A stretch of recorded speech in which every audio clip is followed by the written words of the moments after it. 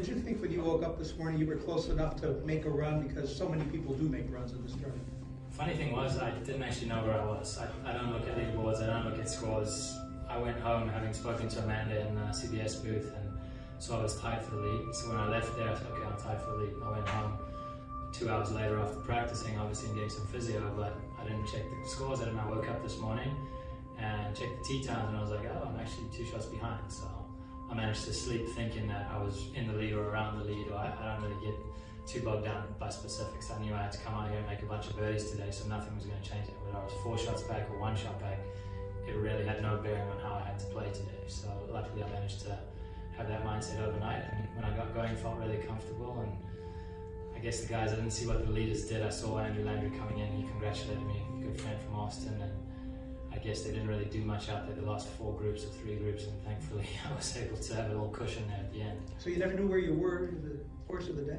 Not until 17. I looked down the hill to read my putt, and there was a giant scoreboard right behind the pen. And I saw my name on top, so immediately my eyes went there and figured 20 under, I'm on top. I tried not to look at the rest. I saw Russell's posted at 19, I believe, so I figured, okay, if I make this, I've got 2 shots down the last, and I didn't know what anyone else was doing on the back 9, so made the putt. That was huge, definitely calmed me over the 18th tee shot. Managed to stripe that down the middle, long and straight, but walk into the fairway, caddy didn't say anything, we just stuck to the plan and managed to hit it on the green, and then hit a pretty terrible approach shot into the green there. I was trying to hit it deeper into the green, but he said, do you know the situation? And I was like, what's happened? Has someone made birdie or eagle? And he said, no, you're 2 shots clear, like you hit it way short. I thought you knew what was going on, you were just playing safe. And I said, well, I figured I was ahead, but now I'm pretty happy that I'm 40 feet away safely on the green. Cameron and then George. Dylan, great playing. What, looking at your season sort of from 30,000 feet, what was the big difference this week as opposed to some of these other weeks? Your caddy mentioned that you finished a little stronger than you had in some of the other tournaments.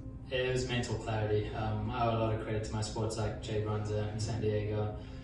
We've worked on basically tons of techniques to try and perform the best. I'm not going to give away too many of the techniques, but plan for this week was just to be creative and have fun, and that's what I tried to do last week as well. Didn't really achieve that, and I have just been carrying a lot of weight on my shoulders with what I explained earlier with the situation, keeping a card in Europe, keeping a card here, and it's so hard not to focus on those outcomes when you're looking to plan fights and bookings and all this stuff. So the win definitely clears up all of those thoughts, and I'm going to use that as fuel now moving forward to try and push on in the world rankings, get back into the top 50 now, play all the majors and WGCs that I can. That's definitely the biggest goal for me now, but the key was just the mindset. I know I have the physical attributes, I know I've got the technique, so the fact that I could quiet my mind and just relax and focus on the task at hand. It sounds simple, but that's pretty much what golf is at the top level. If you can block out those distractors or those things that get your emotions going, it makes it so much easier. And I tried to have fun today. I don't know if you saw me in the coverage, but I was smiling. I 3-putted on 14 and I walked off the green smiling. I don't think